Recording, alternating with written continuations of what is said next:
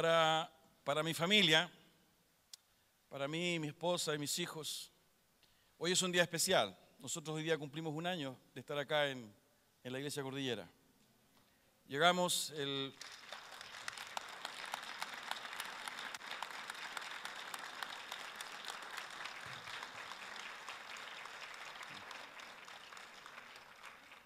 Gracias, hermano.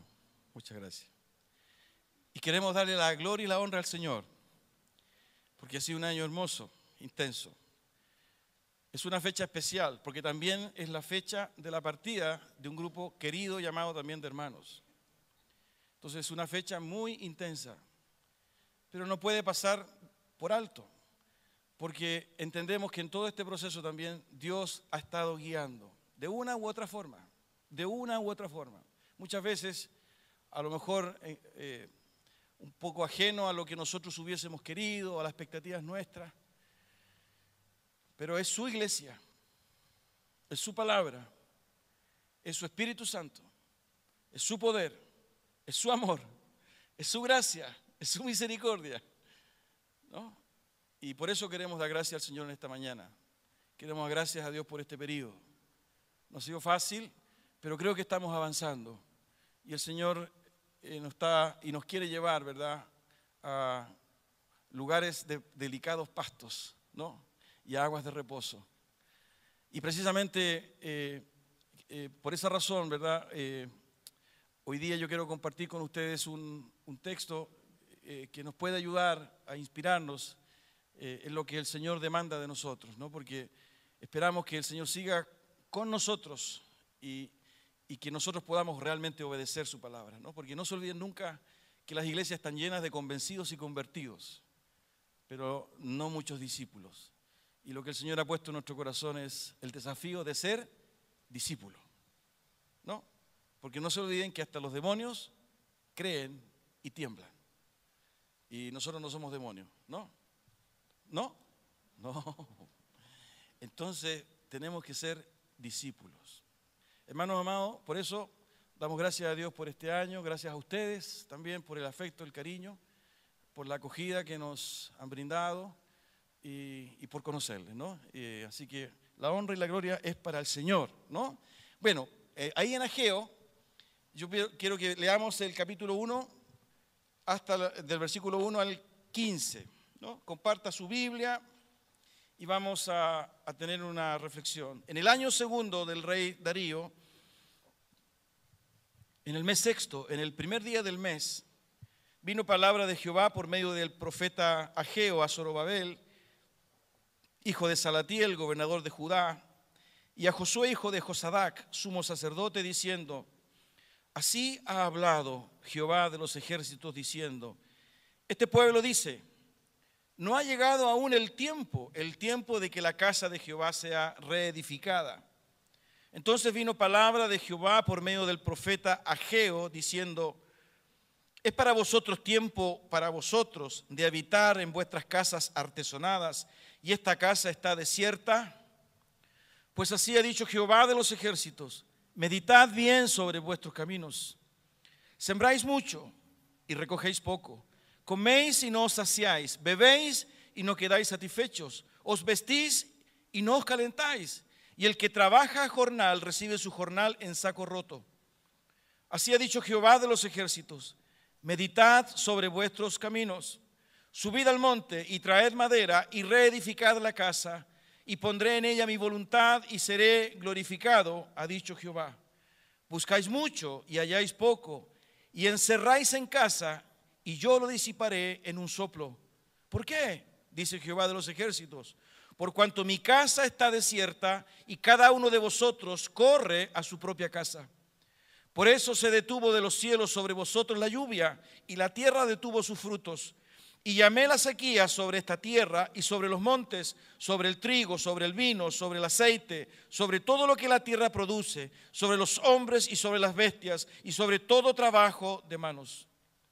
Y oyó Zorobabel, hijo de Salatiel, y Josué, hijo de Josadac, sumo sacerdote, y todo el resto del pueblo, la voz de Jehová su Dios, y las palabras del profeta Ageo, como le había enviado Jehová su Dios, y temió el pueblo delante de Jehová.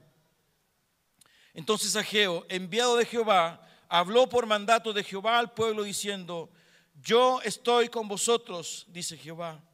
Y despertó Jehová el espíritu de Zorobabel, hijo de Salatiel, gobernador de Judá, y el espíritu de Josué, hijo de Josadac, sumo sacerdote, y el espíritu de todo el resto del pueblo, y vinieron y trabajaron en la casa de Jehová de los ejércitos, su Dios, en el día 24 del mes sexto, en el segundo año del rey Darío. Padre amado, acompáñanos en la meditación de tu palabra. Gracias, Señor, porque la tenemos y porque tú nos has revelado, Señor, verdades en ella. Y en esta mañana, Señor, hemos leído, Señor, un trozo de lo que ocurrió hace cientos de años atrás en la vida de tu pueblo, pero que tú permitiste quedase, Señor, registrado en tu palabra, porque sin duda hay un mensaje para nuestras vidas en el día de hoy. Dios, ayúdanos con tu Santo Espíritu a entender, Señor, a extraer aquello que hoy día tú quieres decirnos como iglesia, como congregación, a cada uno de nosotros. Que nada ni nadie estorbe la predicación de tu palabra, Señor, en el nombre de Jesús. Padre, tú conoces el corazón de los que estamos aquí, aquellos corazones que son blandos, dóciles, como también aquellos corazones rebeldes y duros. A ti no te podemos engañar. La honra y la gloria es tuya, Señor. Habla a nuestra vida, Señor, en esta mañana. Oramos en el nombre de Jesús. Amén. Bueno, hasta el domingo pasado hemos estado hablando de Josué. Josué, ¿verdad?, entrando a Canaán. Aquí aparece otro Josué, pero este Josué que aparece acá no es el mismo Josué del cual hemos venido hablando. Incluso este suceso es cientos de años después. Todo esto que ustedes leyeron ocurre más o menos en el año 520 a.C. Y lo que compartíamos en los domingos anteriores está sobre los 1400 años antes de Cristo, es decir, ha pasado algún tiempo, ¿no? Y este Josué es el sumo sacerdote. Y lo que está ocurriendo acá, queridos, es que durante la historia del pueblo de Israel, cuando ellos, fíjense todo el tiempo que ha pasado, ellos, ¿verdad?, transitaron por el desierto, llegaron a Canaán, conquistaron la tierra, en fin, pero ahí comienza, ¿verdad?, la historia. Pasaron muchos años, vinieron los reyes, hubo un periodo de los jueces, ¿verdad? Estuvo Sansón, estuvo Gedeón, en fin, y otros jueces más. Y después el pueblo pidió un rey, y el primer rey fue Saúl, ¿se acuerdan, no? Cuando era profeta, sacerdote, Samuel. Y después de Saúl vino David, y después de David vino Salomón. Y así nosotros tenemos, ¿verdad?, una seguidilla de reyes hasta que el pueblo entra en guerra civil. Y el pueblo se divide entre el reino del norte y el reino del sur. Y el reino del norte lo componían 10 tribus. No se olviden que la base del pueblo de Israel eran las 12 tribus de Israel. Las 12 tribus que provenían de los hijos de Jacob. Jacob tuvo 12 hijos. Y de cada uno de esos hijos había una tribu. Y la sumatoria, ¿verdad?, incorporemos matemática, la sumatoria de los hijos de Jacob conformaban el pueblo de Israel. Pues bien, después del periodo monárquico hubo una guerra civil, se separaron, pelearon, ¿verdad? Cosa que es más o menos habitual, parece, en el pueblo de Dios. Y se separaron. Y el reino del norte tuvo su capital en la ciudad de Samaria. Y el reino del sur, ¿verdad?, que eran 2 tribus solamente. El reino del norte 10 tribus y el reino del sur 2 tribus. Tenía su capital en la ciudad de Jerusalén. Esto es un repaso, digamos, ¿no? Pero resulta que ambos reinos, tanto el reino del norte como el reino del sur, siguieron, ¿verdad?, desafiando a Dios. Siguieron rechazando a Dios y siguieron apostando, y perdonen que use esta palabra, entre comillas, por la idolatría y por la vinculación, ¿verdad?, con pueblos paganos, a través de alianzas, de matrimonios, ¿verdad? Siguieron vinculándose y Dios los castigó. Y arrasaron, ¿verdad?, los enemigos de Israel con estos 2 reinos, el reino del norte conformado por las 10 tribus y con el reino del sur. Y producto de eso, ¿verdad?, el reino del sur fue llevado cautivo por el rey Nabucodonosor a Babilonia. Y estuvo cautivo el reino del sur, ¿verdad?, de la tribu de Judá, estuvo en Babilonia 70 años. Los 2 grandes hitos del pueblo de Israel son los 400 años en Egipto y los 70 años a los 900 años después, los 70 años en Babilonia bajo el rey Nabucodonosor. Esos son los dos grandes hitos. Y de esas dos experiencias Dios los liberó. Entonces lo que hemos leído acá es la historia del regreso de la cautividad de Babilonia a Jerusalén. Es decir, ellos estuvieron 70 años, pero Dios también los libera y los trae de vuelta desde Babilonia, los trae de vuelta a Jerusalén después de 70 años. Lo que yo les estoy diciendo, miren, ubiquen en sus Biblias el libro de Esdras. Yo quiero dar todo este resumen para que podamos entender lo que leímos hace un momento. ¿Qué es lo que está pasando en el pueblo? Porque es importante entender lo que está pasando en el pueblo. Y si tú lees, abres tu Biblia en el libro de Esdras, por favor, está después de Segunda de Crónica. Mira, te quiero mostrar, porque ahí aparece un poco lo que estoy diciendo. En el capítulo 1, miren, leamos algunos versículos. ¿Lo encontraron? Esdras está después de Segunda de Crónicas. Capítulo 1, síganme, yo le voy diciendo los versículos para que nos formemos la idea.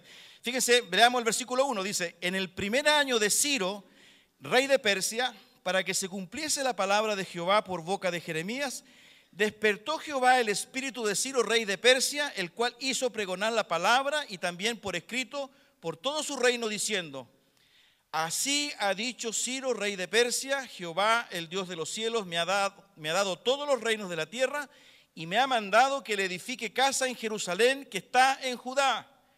Quien haya entre vosotros de su pueblo, sea Dios con él, y suba a Jerusalén, que está en Judá, y edifique la casa a Jehová, Dios de Israel, la cual está en Jerusalén. Es decir, Dios despertó al rey Ciro, que no era judío, sino que era persa, el deseo de dejar salir a su pueblo, que Ciro tenía sometido, para que volviera a Jerusalén a edificar el templo, porque había sido destruido cuando Nabucodonosor se llevó cautivo a todo el pueblo. Entonces Ciro, que no tenía nada que ver no era pueblo de Dios, no era judíos, ¿verdad? Sino que Dios, el Espíritu de Dios toca su corazón. Él dice: ¿quién de ustedes, judíos, que están cautivos acá, quieren regresar, ¿verdad?, a su propia tierra, a edificar la casa del Dios? Fíjense cómo él habla del Dios poderoso, del Dios creador. Y precisamente esa es la razón por la cual este grupo, porque hubieron 3 regresos, ¿no?, de los que se fueron y estuvieron 70 años en Babilonia, a través de 3, ¿verdad?, de 3 salidas, el pueblo vuelve. Esto que estamos viendo es la primera salida. Entonces, el pueblo regresa porque Ciro, que los tenía sometidos, los deja ir. Y miren lo que encontramos, ¿verdad?, en el versículo 3 y 4. Quien haya entre vosotros de su pueblo, sea Dios con él, y suba a Jerusalén, ¿no? Y suba, o sea, regrese a Jerusalén, que está en Judá, y edifique la casa a Jehová, Dios de Israel. Edifica la casa, y fíjense que si usted sigue leyendo el versículo 5, entonces se levantaron los jefes de las casas paternas de Judá y de Benjamín, y los sacerdotes y levitas, todos aquellos cuyo espíritu despertó Dios para subir a edificar la casa de Jehová, la cual está en Jerusalén. Fíjense el versículo 11. Todos los utensilios de oro y de plata eran 5.400. Todos los hizo llevar Sesbazar con los que subieron del cautiverio de Babilonia a Jerusalén. Es decir, este grupo sale de la cautividad, regresa a Jerusalén, ¿verdad?, porque Dios les pide a través de Ciro que reconstruyan su casa que había sido destruida. Y miren, si seguimos leyendo un poquito más este libro de Esdras, fíjense en el capítulo 2, versículo 64, capítulo 2 de Esdras, capítulo 2, versículo 64. Toda la congregación unida como un solo hombre era de 42.360. Esos fueron los que regresaron, sin contar sus siervos y siervas, los cuales eran 7.337, y tenían 200 cantores y cantoras. Sus caballos eran 736, sus caballos, sus mulas 245. Y fíjense lo que dice en el 68. Y algunos de los jefes de casas paternas, cuando vinieron a la casa de Jehová que estaba en Jerusalén, hicieron ofrendas voluntarias para la casa de Dios, para reedificarla en su sitio. Versículo 69. según sus fuerzas, dieron al tesorero de la obra 61,000 dracmas de oro, 5,000 libras de plata y 100 túnicas sacerdotales. Es decir, el pueblo empezó a juntar, a reunir dinero, aquellos que habían regresado, todos, para reedificar la casa de Jehová. El texto nos está mostrando, ¿verdad?, la importancia que tenía para el pueblo y para Dios su templo. Estando en la cautividad, ¿verdad?, Dios los libera, toca el corazón, ¿verdad?, de ese rey persa que los tenía sometidos, que los libera, y el propio rey persa le dice: por favor, el que quiera volver a Jerusalén, vaya y reedifique la casa. Y vuelven todos y empiezan, ¿verdad?, a hacer una cucha. ¿Conocen el término, no? No es tan académico. Pero todos empezaron a ofrendar, eso suena más teológico, a ofrendar para financiar la reconstrucción de la casa de Dios. Y miren el impacto. Esto es hermoso, hermanos míos. Perdonen que me tome tiempo en esto. Fíjense, en el capítulo 3 de Esdras, avance un poquito más. Lo primero que construyeron fueron el altar. Miren lo que dice el versículo 1. Cuando llegó el mes séptimo y estaban los hijos de Israel ya establecidos en las ciudades, se juntó el pueblo como un solo hombre en Jerusalén. Entonces se levantaron Jesuá, hijo de Josadac, y sus hermanos los sacerdotes, y Zorobabel, hijo de Salatiel, y sus hermanos. Y miren lo que dice después. Y edificaron el altar del Dios de Israel para ofrecer sobre él el holocausto, como está escrito en la ley de Moisés, varón de Dios. Versículo 6. Desde el primer día del mes séptimo comenzaron a ofrecer holocaustos a Jehová, pero los cimientos del templo de Jehová no se habían echado todavía. Lo primero que hicieron fueron el altar para hacer sacrificios, pero todavía no colocaban los cimientos para construir el edificio. Eso está diciendo. Pero llegó el momento, ¿verdad? Y miren la expresión de estos judíos. Fíjense del versículo 10, ahí mismo en el capítulo 3 de Esdras, versículo 10. Y cuando los albañiles del templo de Jehová echaban los cimientos, aquí ya empiezan a construir el templo, pusieron a los sacerdotes vestidos de sus ropas y con trompetas, y a los levitas, hijos de Asaf, con címbalos, para que alabasen a Jehová según la ordenanza de David, rey de Israel, y cantaban alabando y dando gracias a Jehová y diciendo: porque Él es bueno, porque para siempre su misericordia sobre Israel. Y todo el pueblo aclamaba con gran júbilo, alabando a Jehová, porque se echaban los cimientos de la casa de Jehová. Y muchos de los sacerdotes de los levitas y de los jefes de casas paternas, ancianos que habían visto la casa primera, viendo echar los cimientos de esta casa, lloraban en alta voz, mientras muchos otros daban grandes gritos de alegría. Y no podía distinguir el pueblo el clamor de los gritos de alegría de la voz del lloro, porque clamaba el pueblo con gran júbilo y se oía el ruido hasta de lejos. ¿Y por qué? Porque habían empezado a construir, a reedificar la casa de Dios. Fue una fiesta. Dice, él habla de que observaban esta segunda casa, porque la primera había sido destruida. Cuando vino Nabucodonosor, destruyó. Entonces ellos ahora estaban reedificando la casa. Habían hecho ofrendas. Estaban los levitas, los sacerdotes, todos cantaban aleluya, gloria a Dios, ¿verdad? Mientras echaban los cimientos del templo. Y mientras echaban, ¿verdad?, el concreto, el hormigón, ¿verdad?, de los cimientos, el pueblo lloraba y gritaba y daba voces de júbilo y canto, porque la casa había sido comenzada a reedificarse. ¿Qué les parece? Hermoso, ¿no? El júbilo. Y eso es porque la casa de Dios, ¿verdad?, era importante para ellos. Y fue lo primero que hicieron. Cuando vuelven a Jerusalén, lo primero que hacen, ¿verdad?, levantan altar. Y lo primero que hacen, ¿verdad?, es reconstruyen, reedifican la casa que había sido destruida. Ese es el relato de Esdras. Ese es el contexto de lo que acabamos de leer en Ageo, que fue el primer texto que leímos. Porque ¿saben lo que pasó? Empezaron a surgir los problemas. Y la reconstrucción se interrumpió y se suspendió. Miren ahí en el capítulo 4 de Esdras. Ahí mismo en Esdras. Capítulo 4, versículo 4 al 6. Pero el pueblo de la tierra, estoy leyendo Esdras, capítulo 4, versículo 4 en adelante. Pero el pueblo de la tierra intimidó al pueblo de Judá y lo atemorizó para que no edificara. Sobornaron además contra ellos a los consejeros para frustrar sus propósitos todo el tiempo de Ciro, rey de Persia, y hasta el reinado de Darío, rey de Persia. Y en el reinado de Asuero, en el principio de su reinado, escribieron acusaciones contra los habitantes de Judá y de Jerusalén. También en días de Artajerjes escribieron Bislán, Mitrídates, Tabeel y los demás compañeros suyos a Artajerjes, rey de Persia, y la escritura y el lenguaje de la carta era en arameo. ¿Se fijan? Surgieron los problemas. Y miren el versículo 24. Entonces cesó la obra de la casa de Dios que estaba en Jerusalén y quedó suspendida hasta el año segundo del reinado de Darío, rey de Persia. Se suspendió la obra. Surgieron los problemas, surgieron las murmuraciones, surgieron las envidias, surgieron los rencores, las acusaciones, y se suspendió la reconstrucción y la reedificación del templo. Hasta tal punto, ¿verdad?, que hubo incluso un decreto del rey donde dice: se acabó, no se reconstruye más, y se suspendió la obra.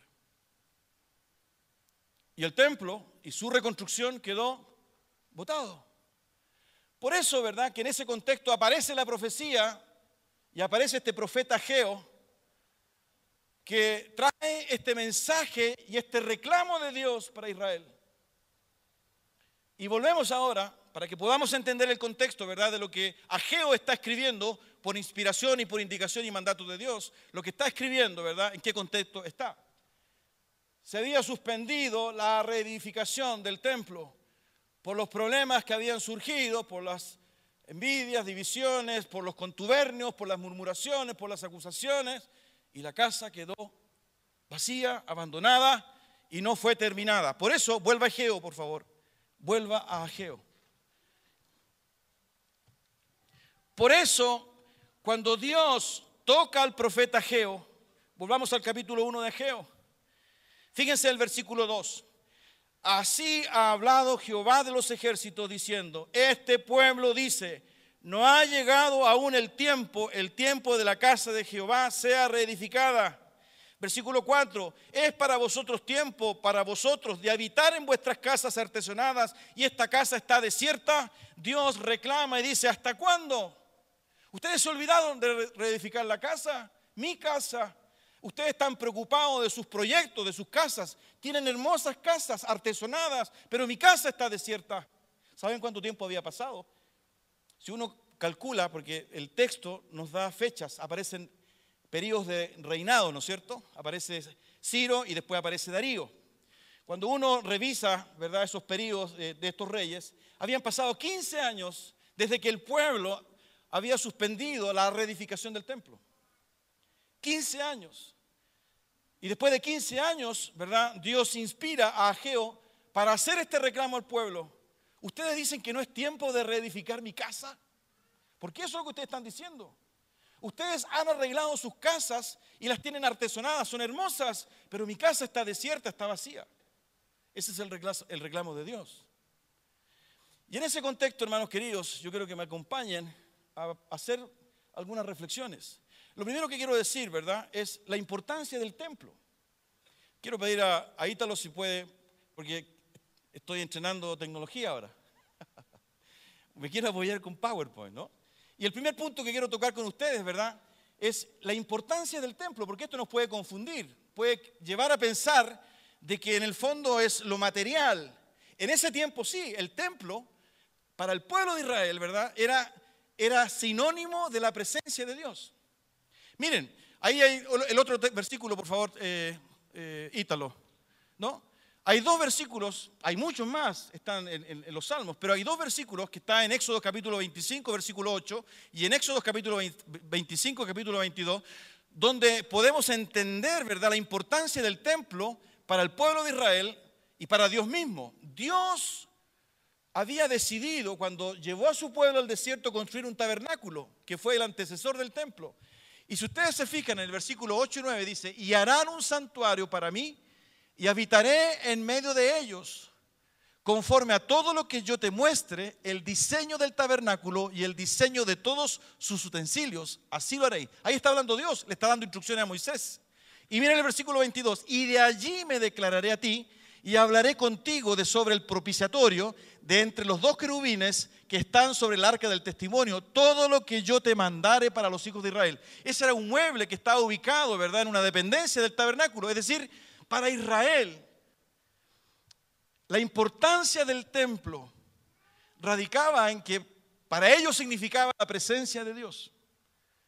Y el origen está dado por Dios mismo, por cuanto Él fue quien instruyó a Moisés que se construyera. Y fíjense el detalle, ¿no?, en el versículo 29, el que se construyera como Él lo había diseñado. Eso es importante. Cuando usted va al capítulo 25 de Éxodo se da cuenta que Dios mostró, ¿verdad?, el proyecto a Moisés. Así quiero que lo hagas. Así van a ser los muebles. De este material van a ser. Así va a ser la vestimenta de los sacerdotes. En otras palabras, ¿verdad?, tal vez la primera reflexión que tenemos que hacer acá, ¿verdad?, es la importancia del templo. Ojo, yo quiero de alguna forma que podamos entender, ¿verdad?, lo que estaba sucediendo en el pueblo. Por eso que cuando empezaron a reedificar, había tanto júbilo. Por eso que pusieron a los sacerdotes, a los levitas, ¿verdad? Y cuando empezaron a echar la mezcla, el hormigón, ¿verdad?, la gente empezó a gritar, a cantar, a dar gracias a Dios, porque se estaba reedificando el templo que ni más ni menos representaba el lugar, el momento de comunión entre Dios y su pueblo. Porque lo que Dios había dicho es que en ese lugar, ¿verdad?, Él iba a tener comunión con su pueblo. El templo era el lugar, ¿verdad?, en que el pueblo iba y presentaba sacrificios cuando cometía pecado. El templo representaba, en definitiva, ¿verdad?, el anhelo del hombre o del pueblo por llegar a Dios, y también representaba, ¿verdad?, la manera en que Dios llegaba al pueblo. En otras palabras, ¿verdad?, fíjense que hay algunos autores que hablan de que este templo, este tabernáculo, es tipo de Jesucristo, porque era el puente entre Dios y su pueblo. Hoy día nosotros, este templo no es el puente. Ojo, tenemos que tener cuidado. Abra su Biblia en 1 Corintios capítulo 6.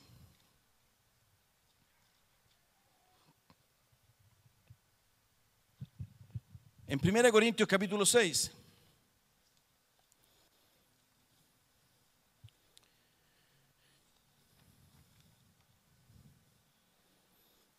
Miren lo que dice el versículo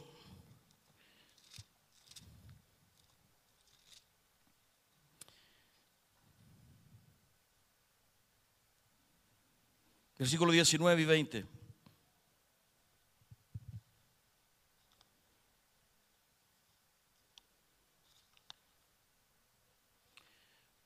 ¿O ignoráis que vuestro cuerpo es templo del Espíritu Santo, el cual está en vosotros, el cual tenéis de Dios y que no sois vuestros? Porque habéis sido comprados por precio. Glorificad pues a Dios en vuestro cuerpo y en vuestro espíritu, los cuales son de Dios. Mire, le voy a leer lo mismo, pero en la versión NBI. ¿Acaso no saben que su cuerpo es templo del Espíritu Santo, quien está en ustedes y al que han recibido de parte de Dios? Ustedes no son sus propios dueños, fueron comprados por un precio.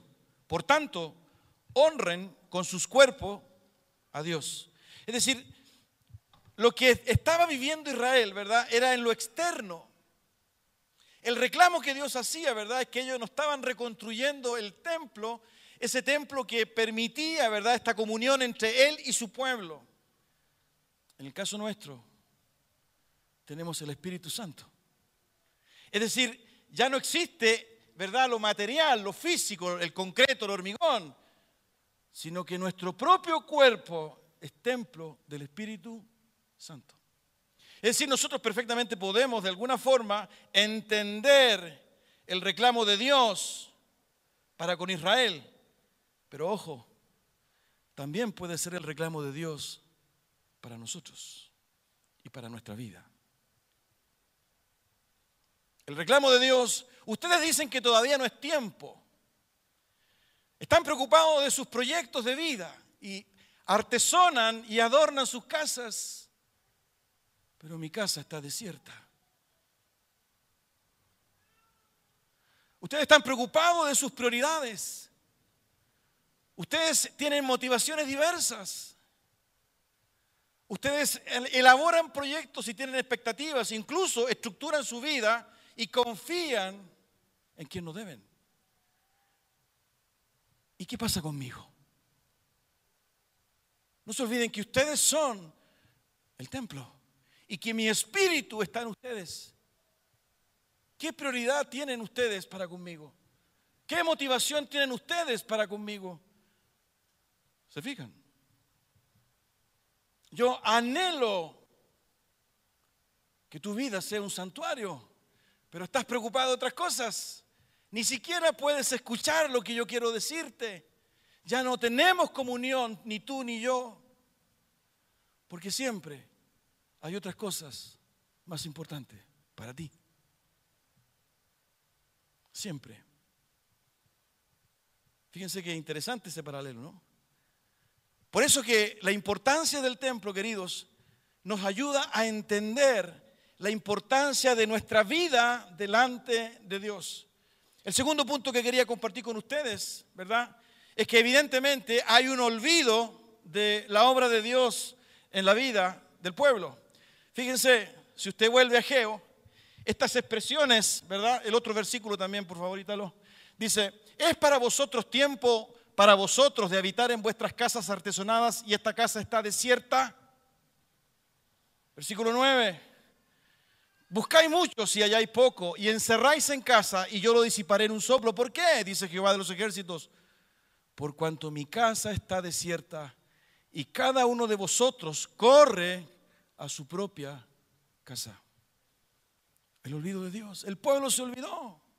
Todo el ímpetu, ¿verdad? Toda la euforia, toda la conmoción que había inicialmente se diluyó. Se acabó. Nosotros en el lenguaje evangélico hablamos del primer amor, ¿no es cierto? Y cuando conocemos a alguien que ha conocido al Señor hace poco y esa persona a todos quiere hablarle de Jesucristo, lo que te pasa es el primer amor. Esa es la sabiduría criolla, ¿no? Ese era el problema, ¿verdad?, de estos hermanos, de estos hombres. El olvido de Dios. Cada uno corría a su propia casa. Cada uno estaba preocupado de lo suyo. Cada uno consideraba más importante lo propio. Cada uno tenía prioridades y motivaciones, ¿verdad?, que obviamente no estaban en sintonía con Dios.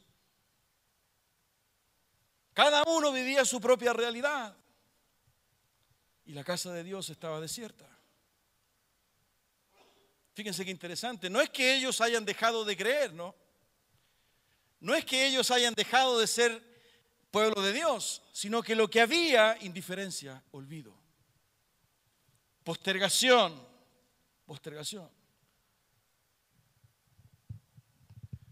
Importante entender, ¿verdad?, este contexto para examinar nuestra propia vida. ¿Cuál es la prioridad de Dios para nosotros?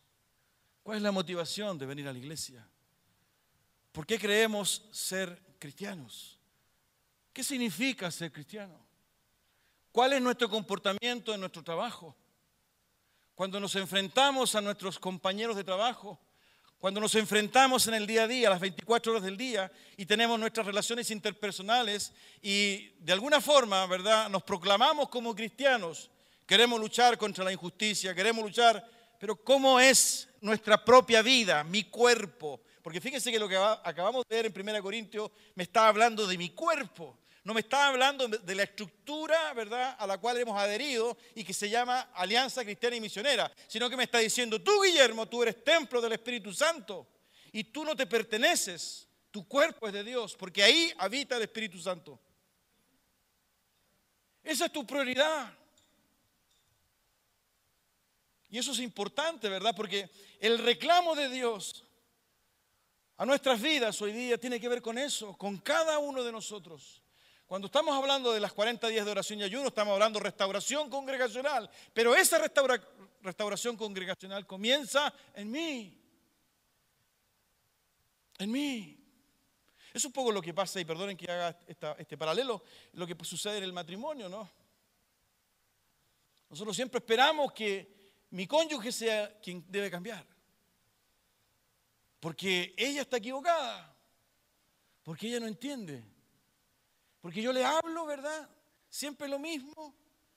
Entonces yo ya me cabrié y espero que ella cambie o que él cambie. Muchas veces, ¿verdad? Es nuestra indiferencia, nuestra frialdad, nuestra incredulidad, nuestra tibieza, o porque surgen, ¿verdad?, otros elementos que son más importantes, más motivadores para nosotros. Hoy día hay una presión muy fuerte sobre nuestras vidas, ¿verdad?, respecto de qué es lo que es más importante. Hoy día hay una presión muy fuerte en nuestra vida que trata de captar la atención de nuestro corazón. Hoy día hay una presión y una influencia muy fuerte en torno a nosotros que de alguna manera quiere cautivar, ¿verdad?, la motivación de nuestro corazón. Es cosa que examinemos honradamente y sinceramente cuáles son nuestras prioridades y nuestras motivaciones.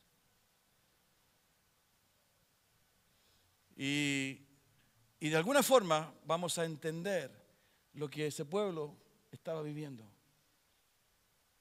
Fíjense que aquí no estamos hablando, queridos, porque cuando entendemos esta carta de Pablo a los hermanos de Corinto, vosotros sois templo del Espíritu Santo, aquí no estamos hablando, y lo que yo trato de compartirles, ¿verdad?, en esta mañana, no tiene que ver con estadísticas, cuánto tiempo voy a la iglesia, las veces que voy los domingos, la cantidad que diezmo, la cantidad que ofrendo. No estoy hablando de un tema cuantitativo, sino que estoy hablando definitivamente de comunión con Dios. Estoy hablando de una vida profunda con Dios, estoy hablando de un compromiso de amor, ¿verdad?, íntimo con Dios. Estoy hablando de conocer al Señor. Porque cuando estoy precisamente en el momento en que tengo que tomar opciones y decidir algo, tiene que ver precisamente con la comunión con Dios, la calidad de la decisión que yo tome. Si yo me enfrento a la posibilidad de una aventura amorosa, en el momento en que yo tengo que tomar la decisión, ¿verdad?, no depende del número de veces o de la cuantía de, sino que depende de la comunión y de la percepción que yo tenga en mi vida de que realmente soy santuario para Dios y que Él habita y vive en mí. Y eso se construye todos los días. Olvido de Dios. Fíjense en el reclamo: por cuanto mi casa está desierta y cada uno de vosotros corre a su propia casa. Mi casa está desierta. ¿Tu vida está desierta o está la presencia de Dios en ella? ¿Qué te provoca cuando Pablo dice: ustedes son templo del Espíritu Santo, por consiguiente ya no te perteneces, tienes que glorificar a Dios en tu cuerpo? ¿Qué significa para ti eso? ¿Qué significa? Mi casa está vacía. Olvido de Dios. Tercer punto que quiero compartir con ustedes, no solo, ¿verdad?, este olvido de Dios, sino que el impacto que provoca, queridos. Y cuando desaparece Dios de nuestra vida, y cuando olvidamos a Dios de nuestra vida, y cuando rechazamos, ¿verdad?, esa presencia sobrenatural de Dios en nosotros, cuando el pueblo dejó de reconstruir su casa, aparece el individualismo, el egoísmo, la soberbia, el orgullo, aparece la carne. Fíjense, por favor, Ítalo. Buscáis mucho y halláis poco, y encerráis en casa. Lo que leíamos recién. Cada uno de vosotros corre a su propia casa. Yo me preocupo de lo mío. No me importa los demás. Fíjense que una de las manifestaciones potentes de la presencia de Dios en nuestra vida, ¿sabe lo que es? Es el acto de dar. Es el acto de dar. Una de las manifestaciones profundas de una vida en sintonía y en comunión con Dios es el acto de dar. El acto de dar tiene que ver con gracia. No tiene que ver solo con dinero. Tiene que ver con gracia. Cuando yo perdono a alguien, ¿verdad?, es un acto de dar. porque estoy renunciando, porque estoy dando. Por consiguiente, ¿verdad? La presencia de Dios en mi vida es la antítesis del egoísmo y del individualismo, ¿verdad? Que surge en mi corazón cuando no tengo a Dios. Porque cuando no tengo a Dios, ¿verdad? Se manifiesta, por supuesto, en mí, ¿qué se manifiesta? Esa carne, ese viejo hombre, viciado, perverso. Porque es la presencia del Espíritu Santo la que contiene, ¿verdad? Y la que me hace a mí tomar la decisión en la búsqueda de Dios. Por consiguiente, ¿verdad? Cuando la casa de Dios está deshabitada, volviendo a Ageo, cada uno corre a su propia casa. Cuando la presencia de Dios no es genuina, profunda y sincera en nuestro corazón, y cuando vivimos una religiosidad aparente y superficial, cada uno quiere aplicar su propia dimensión, justicia, opinión, ¿verdad? Y no es capaz, y no somos capaces de darnos al otro. Pablo lo dijo de una manera brillante en el capítulo 2 de Filipenses. Nada hagáis por contienda o por vanagloria. Antes bien, con humildad, pensando que vuestro hermano es superior a ti. Mire, Filipenses capítulo 2. No lo dije textual, ¿no? Pero abra tu Biblia en Filipenses 2. Versículo 3. Nada hagáis por contienda o por vanagloria. Antes bien con humildad, estimando cada uno a los demás como superiores a él mismo. No mirando cada uno por lo suyo propio, sino cada cual también por lo de los otros.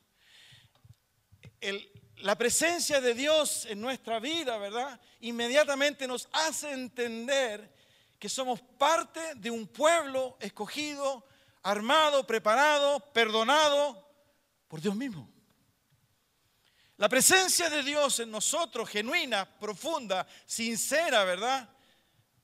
Con su Espíritu Santo nos hace entender que somos hermanos. Jamás en toda la Biblia Dios ha querido desarrollar proyectos personales para determinados individuos. Nunca. De principio a fin, ¿verdad? El sentido teológico y bíblico es que Él tiene su comunidad. Y cuando Él está presente en esa comunidad, la comunidad vive la experiencia solidaria del brindarse el uno al otro. La primera comunidad, ¿verdad?, que Él crea es el matrimonio. Y le dice al matrimonio, multiplíquense, sojuzguen, administren. Es el matrimonio, ¿verdad? Hombre y mujer, varón y hembra, los formó.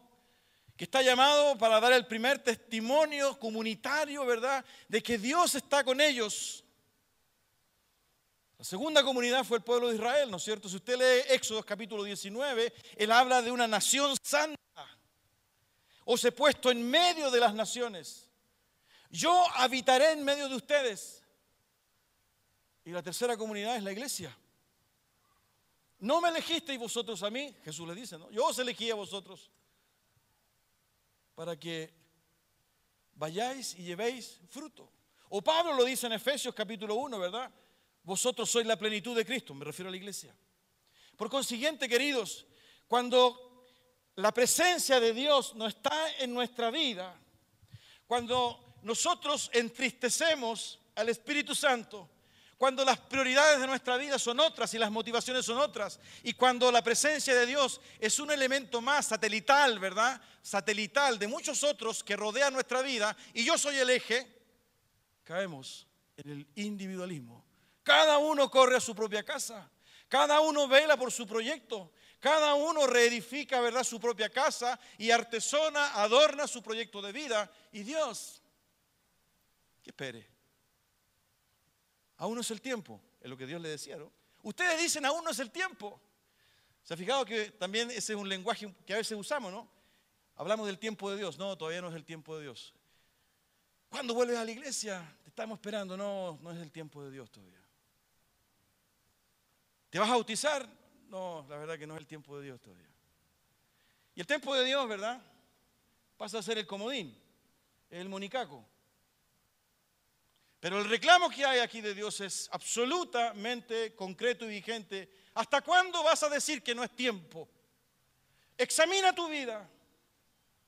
Mira tus prioridades y tus motivaciones. ¿Hasta cuándo te vas a recrear en lo tuyo y vas a dejar de lado lo mío?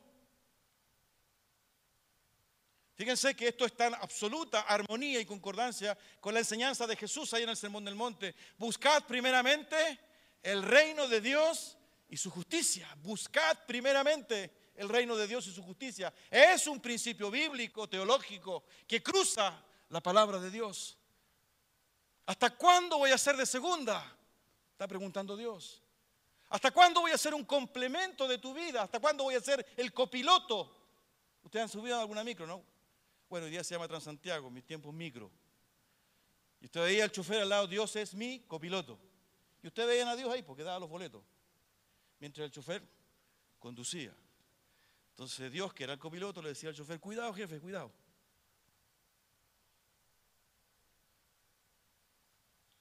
Y en nuestra micro, ¿quién es el copiloto? Porque estamos hablando de eso. Fíjense que yo les, y a lo mejor ha sido un poco largo, porque a veces me acusan que es un poco larga la prédica, pero yo les quiero mostrar la evidencia del pueblo de Israel para que ustedes vean cómo Dios estaba enquistado en el quehacer histórico de Israel. Está vinculado, ¿verdad?, a los momentos de cautiverio, está vinculado a la libertad, está vinculado a la construcción de un edificio, ¿verdad?, que es el templo, está vinculado a todo porque Dios es el Emanuel, Dios con nosotros, y ese Dios con nosotros es a través de Jesucristo, y Jesucristo en nosotros es a través de su Santo Espíritu. Por consiguiente, lo que hay aquí en la palabra de Dios también es pertinente para nuestra vida hoy, porque Pablo nos dice, ¿acaso ignoras que tú también eres templo del Espíritu Santo? Tú no tienes que ir a Jerusalén. Tú no tienes que ir a Avenida Las Condes 9905, porque en tu propia vida habita el Espíritu Santo. Entonces, si tú crees esa verdad, ¿cómo va tu testimonio de vida? Este individualismo. Tú corres a tu casa. Tú construyes, ¿verdad?, tu propia casa. Te encierras en tu casa. Hace unos domingos atrás hablamos, ¿verdad? ¿Se acuerdan? De que los israelitas tenían que ayudar a sus hermanos de la tribu de Gad, de la tribu de Rubén, la tribu de Manasés. ¿Se acuerdan? Los que estuvieron en esa prédica. Cuando Josué le dice, compadrito, viejo, usted también tiene que ir a luchar. No porque tenga ya asegurada, ¿verdad?, su futuro con una propiedad aquí antes del río. Usted se va a quedar. Usted tiene que ir a ayudar a sus hermanos. Y cuando sus hermanos estén establecidos, usted puede volver y hacer uso y usufructo, nótese, de su propiedad. Porque la visión es comunitaria. Y eso lo voy a predicar y a enseñar las veces que el Señor me tenga en medio de ustedes. Por eso que estos 40 días de oración y ayuno son relevantes para la vida de iglesia y para la calidad espiritual de tu relación con Dios. Porque no es el problema de ellos, es el problema mío. Individualismo. ¿Cuáles fueron las consecuencias? Por favor, el otro punto.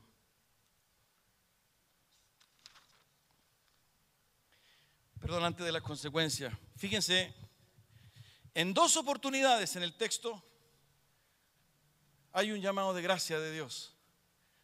Meditad bien sobre vuestros caminos. Yo aquí me quedé pegado, ¿ah? Y me quedé pegado, y ustedes saben que yo soy de mantequilla. Y me emocioné. Porque este es un llamado de gracia. Así le puse. Meditad bien sobre vuestros caminos. Meditad bien. No te equivoques. No te equivoques. Fíjense, miren qué interesante. Si la palabra de Dios es hermosa, esto tiene que ver con el Salmo 19. ¿Se acuerdan del Salmo 19? No recuerdo los versículos, creo que son los últimos versículos cuando dice, ¿se acuerdan? ¿Quién podrá reconocer sus propios errores? Señor, líbrame de los que me son ocultos. ¿Quién podrá entender sus propios errores? Abran su Biblia en el Salmo 19. Es un salmo que lo hemos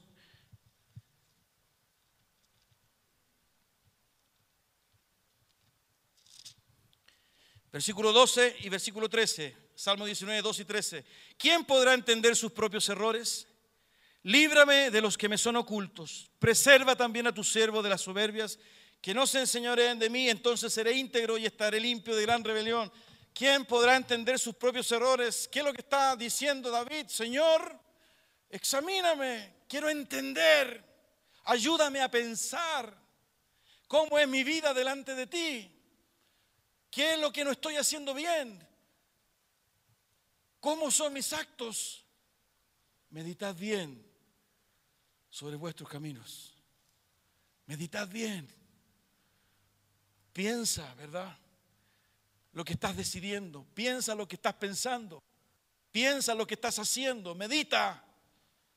Hoy día este sistema en el cual vivimos no quiere que pensemos. La gran bondad del aparato de televisión, ¿verdad? Ya sea de cable o televisión directa, en fin, es que no nos deja pensar, sino que estamos sentados y recibimos todo, no hay ningún filtro. Y entra, y entra, y entra, y entra. Sirve para descansar, digamos, porque tú no haces ningún esfuerzo, y dicen los especialistas. Hoy día, ¿verdad? Está todo digerido, ¿ah? Está todo preparado. Y cada vez pensamos menos. Cada vez pensamos menos. Nosotros hemos escuchado, seguramente usted como yo, muchas estadísticas, ¿verdad?, que hablan sobre lo que está pasando a los niños, ¿verdad? El daño que se le está provocando. Usted lo ha escuchado muchas veces. Y siempre hablamos de los niños. Pero ¿y nosotros? Pensar. Meditar sobre nuestra vida. Preferimos muchas veces la murmuración. Y hablamos de la vida del otro. Y apuntamos al otro. Pero lo que Dios nos está diciendo es, medita sobre tus caminos. Medita sobre tus sentimientos y pensamientos. Hay un salmo, el Salmo 90, que es el único salmo que escribe Moisés. El Salmo 90 que habla, ¿verdad?, de la eternidad de Dios. Es un salmo fuerte, duro, difícil. Pero hay un versículo ahí, ¿verdad?, que me parece que es el versículo 12, que está en esta misma dirección. Enséñanos a contar nuestros días, de modo que traigamos al corazón sabiduría. Enséñanos a contar nuestros días, de modo que traigamos al corazón sabiduría. La meditación, la reflexión, el pensamiento, la sabiduría. Por eso que es importante, ¿verdad?, esta lección que vimos hace un domingo atrás, cuando Dios le dice a Josué, esfuérzate y sé valiente, ¿no es cierto?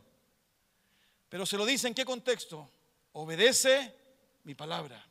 No te separes ni a diestra ni a siniestra. Meditad.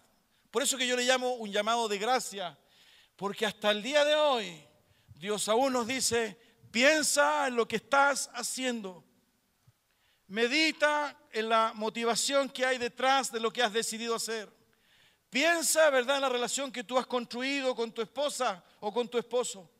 Piensa en el carácter que tú tienes y aquellos ajustes que tienes que hacer para cambiar tu comunicación, para cambiar tu intimidad sexual, para cambiar tu relación y tu armonía. Piensa, ¿verdad?, cómo te relacionas con tus superiores o con tus súbditos o con tus pares. Medita, piensa, ¿verdad?, cómo me entiendes. ¿Me amas? ¿Soy importante para ti? Medita.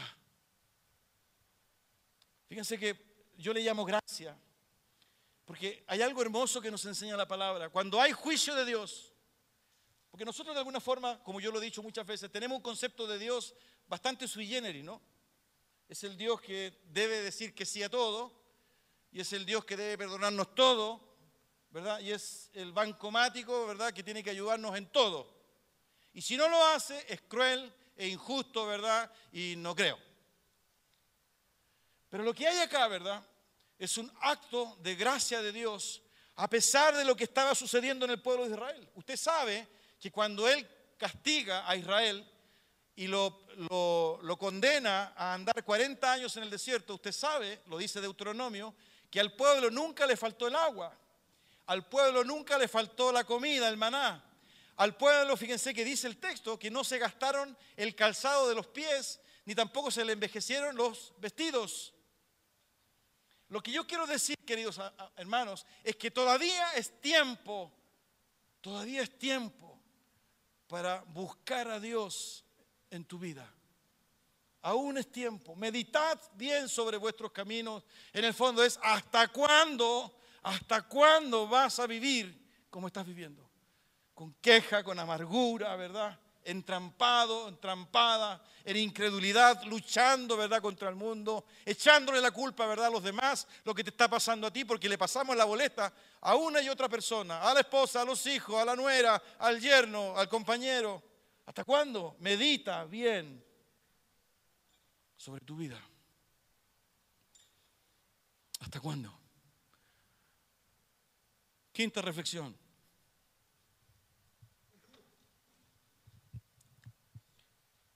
A la quinta reflexión, ¿verdad? Yo la llamé las consecuencias. Fíjense el versículo 6 del capítulo 1. Sembráis mucho y recogéis poco. Coméis y no os saciáis.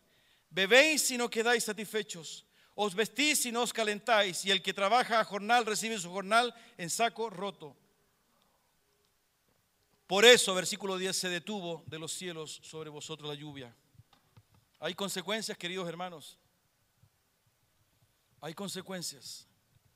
La desobediencia, el rechazo a Dios, tiene consecuencias en nuestra vida. Y fíjense lo que dice el texto, ¿no? Está hablando del esfuerzo, del trabajo, está hablando de los recursos propios que no fructifican, que no prosperan. Es interesante cómo el texto vincula nuestra condición, nuestra paz, nuestra prosperidad, nuestra armonía con la presencia de Dios en nosotros. Por eso, versículo 10, por eso, esos versículos me muestran el compromiso de Dios profundo con nuestra vida y nuestro quehacer. Es decir, la relación con Dios no tiene que ver solamente con cantar, no tiene que ver solamente con orar, ¿verdad?, 5 minutos al día, sino que es un compromiso de todo lo que nosotros somos. Por eso que el último llamado, el próxima diapositiva, por favor, es a empezar de nuevo el versículo Ítalo. Subid al monte y traed madera y reedificar la casa. ¿Saben cómo le llamé a este sermón yo? Para empezar de nuevo hay que subir al monte. El Señor quiere que subamos al monte. Le dijo a Israel, suban al monte y traigan madera y reedifiquen la casa. Es lo que necesitamos, queridos, subir al monte. Buscar la presencia de Dios y pondré en ella mi voluntad y seré glorificado. Subir al monte. Yo no sé lo que significa para ti subir al monte. A lo mejor hay algo que no has hecho y que ya deberías estar pensando en hacerlo. No sé si para ti es importante adherirte a estos 40 días de oración y ayuno. A lo mejor estás pensando que no es para ti, sino que es para los que son de la iglesia. A lo mejor has pensado que nunca has ayunado, a lo mejor has pensado que una lata, a lo mejor has pensado que no tienes tiempo, que trabajas. En fin, porque siempre tenemos justificaciones para muchas cosas. Acuérdense que una vez predicamos sobre el pero, ¿no? El pero, que aflora en nosotros, el pero. Pero lo relevante en esta tarde, ¿verdad?, es subir al monte. Subir al monte para buscar madera. Y yo te quiero invitar, Iglesia Cordillera, en esta tarde a subir al monte. Te quiero invitar a ti a subir al monte. Y quiero pedirte que medites, como nos lo demanda Dios, sobre tus caminos. Y que examines tu propia vida, la casa. delante de Dios. Inclina tu cabeza y cierra tus ojos.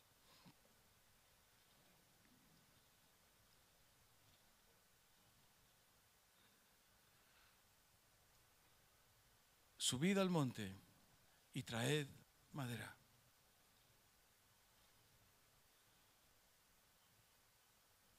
En el nombre de Jesús te quiero animar en esta tarde.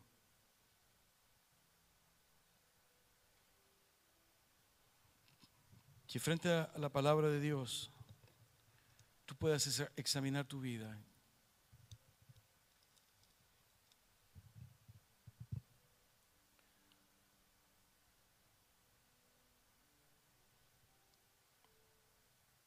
¿No crees que ya es tiempo?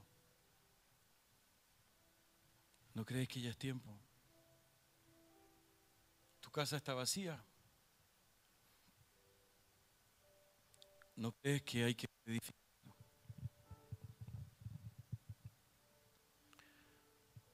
Ya es tiempo ya.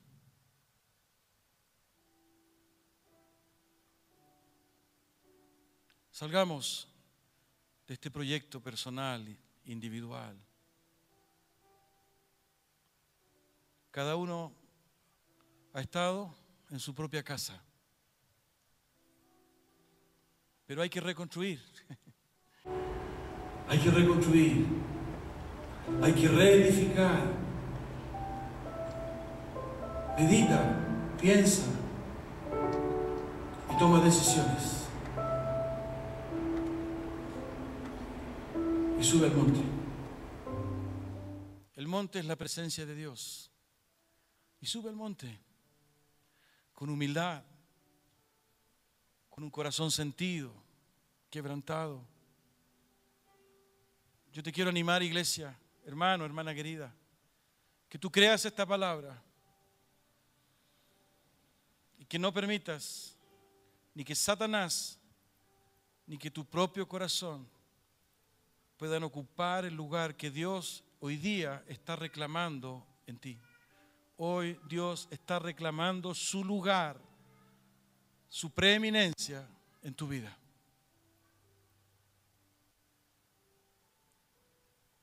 Así que te animo a subir al monte en humildad para traer madera y puedas reedificar en tu propia vida un nuevo santuario para Dios. De modo que su gloria esté en tu vida. Yo quiero hacer la invitación que todos los domingos hago. ¿Hay alguien en este lugar que quiere subir al monte y traer madera para reedificar la casa de Dios? Levante su mano. Yo te quiero invitar que pases aquí adelante. Vamos a tener un momento de oración. Pasa aquí adelante. Te puedes arrodillar aquí ante el altar. Si quieres subir al monte a buscar madera y reedificar la casa, pasa aquí adelante. En el nombre de Jesús, yo te quiero invitar. No es frente a mí ni frente a la iglesia, es frente a Dios. Es un compromiso personal, íntimo de tu vida delante de Dios. Sube al monte, busca la madera y comienza a reedificar tu vida. Porque mi casa está vacía y tú puedas en el nombre de Jesús romper ese temor, esa vergüenza, ese individualismo que a lo mejor ha agobiado tu vida. En el nombre de Jesús, pasa aquí adelante. Presenta tu vida, tu proyecto de vida. Si quieres arrodillarte delante del Señor, hazlo, pero con humildad de corazón.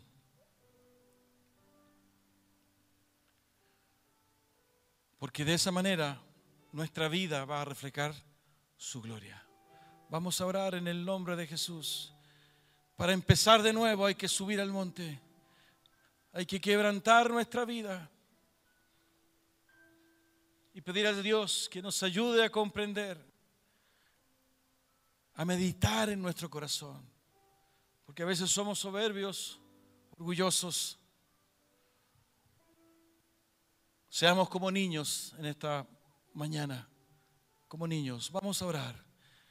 Amado Dios, en el nombre de Jesús, aquí estamos ante tu presencia y queremos presentarte nuestras vidas, Señor. Amado Dios, yo te ruego que tengas misericordia de cada uno de nosotros, Señor. Queremos subir al monte. Queremos, amado Dios, presentarte nuestra vida para que tú seas obrando con nosotros.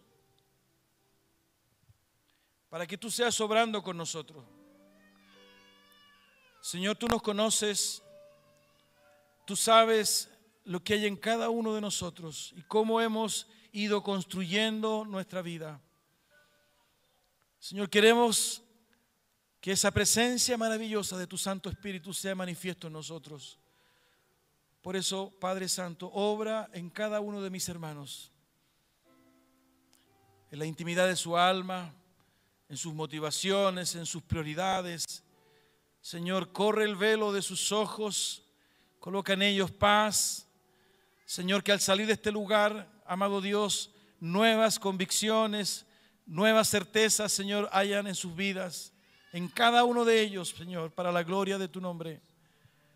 Ayúdale, Señor, en el nombre de Jesús, para empezar tal vez de nuevo, Señor, con un proyecto de vida donde, amado Dios, tú seas lo principal, tú seas lo más importante y tu presencia, Señor, sea en sus vidas para la gloria de tu nombre. Tú les conoces, Señor, a cada uno de ellos, Señor, sus debilidades, sus temores, sus preocupaciones. Señor, extiende tu mano de misericordia y bendíceles. En el nombre de Jesús, Señor, bendíceles, ayúdales, Padre Santo. Porque tú eres nuestro Dios, Señor, y hemos entendido en esta mañana que tú haces todo nuevo, Señor. Llénanos con tu Santo Espíritu, Señor. Gracias, Padre. Gracias, Señor. Oramos en el nombre de Jesús, nuestro amado Señor Jesucristo, bendito Dios y Salvador nuestro. Gracias, Señor. Gracias, Padre.